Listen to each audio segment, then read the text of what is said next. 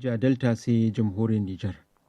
Inda gamayyar ƙungiyoyin malaman makaranta a ƙasar ta ce ba za ta yarda da wani sabon salo na neman kora wasu malaman makaranta a nan gaba ba, maimakon a ce an ɗauke su a matsayin ma'aikatan gwamnati na dindindin. Hakan ya bi bayan wasu kalamai da malaman suka ce sun ji shugaban ƙasar ta Nijar ya yi a ƙoƙarin da yake na neman inganta harkokin ilimi a ƙasar. Wakilin ma'a ya mai Salisu Bukari ya duba mana wannan batu ga kuma rahoton da ya haɗa mana. Ya zuwa yanzu dai a jamhuriyar Nijar malaman makarantun boko 'yan kwantaragi sun kai sama da 70,000 waɗanda mafi yawansu sun fice shekaru 10 suna wannan aiki bisa alkawarin cewa sannan a hankali za a rika ɗaukan su a matsayin malamai na dindindin har aikin kwantaragi ya ƙare. Sai dai malaman sun ce ya zuwa yanzu dai dangane da wasu kalamai da magabatan na Nijar ke yi na yiwuwar sake wata jarabawa sun ce sun rufe idanu ba su ga kyawun makabta ba. Lawali Isufu shine magatakarda na kungiyar malaman makaranta ta Sinan. Bai kamata ba malamin makaranta da ya shekara da shekaru yana ba da horo a ce an yi jarabawa an ce bai iya ba. Yau duka waɗanga wajen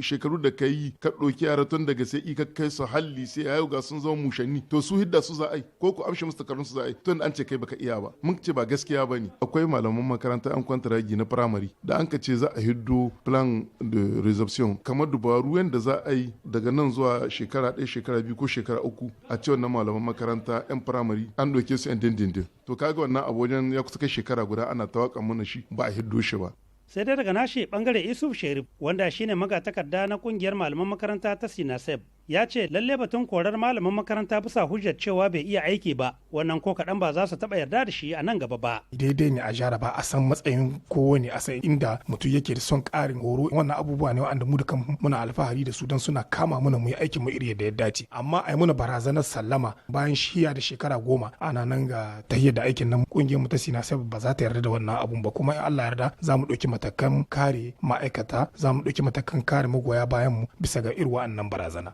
Sai dai baya ma ga wannan batu na 'yan kwantaragi akwai kuma batun tsarin karatu da malaman suka ce duk shekara sai an fitar da sabon tsari wanda hakan ke saka rudani a cikin tafiyar da harkokin na koyarwa. Ga dai wata malaman makaranta da na tattauna da ita wadda bata bayyana sunanta ba inda take cewa 2017 zuwa yanzu ya kai so nawa ana kawo sabin program wani baka iya shi ba an kawo wani an aza ana dora mamu laihi an ce mu ba mu iya ba mu ko ba mu gane ba mu ne ba mu iya ba su ne ba su iya ba tunda suke sinyan program sabo su ba mu kenan program wanga an kawo maka bana baka iya shi ba an kawo na bana kuma an ce kai na badin baka ida shi ba na bana ya zo wace aka ce kai. Sai dai da yake magana yayin zaman kwamitin da ke kula da harkokin ci gaban makarantu na kasar ta Nijar magatakardan ofishin ministan ilimi Mohammed Zaidan ya ce lokaci zuwa lokaci za su rinka irin wannan zama domin tattauna matsalolin ilimi da zimmar samar musu mafita. Nous allons continuer à la tenir régulièrement pour nous inscrire dans une durée de réflexion. Ya ce, za mu ci gaba da tattaunawa domin duba dukkanin tsarin sauye-sauye da ofishin ministan ilimi ke kawa domin inganta harkokin ilimi. Za mu yi wannan aiki ne tare da abokan hulɗa cikin mutunta dokokinmu domin ta haka ne za a iya darajanta wannan aiki na malaman makaranta daidai da nauyin da ya rataya a kanmu. Dans toute sa plénitude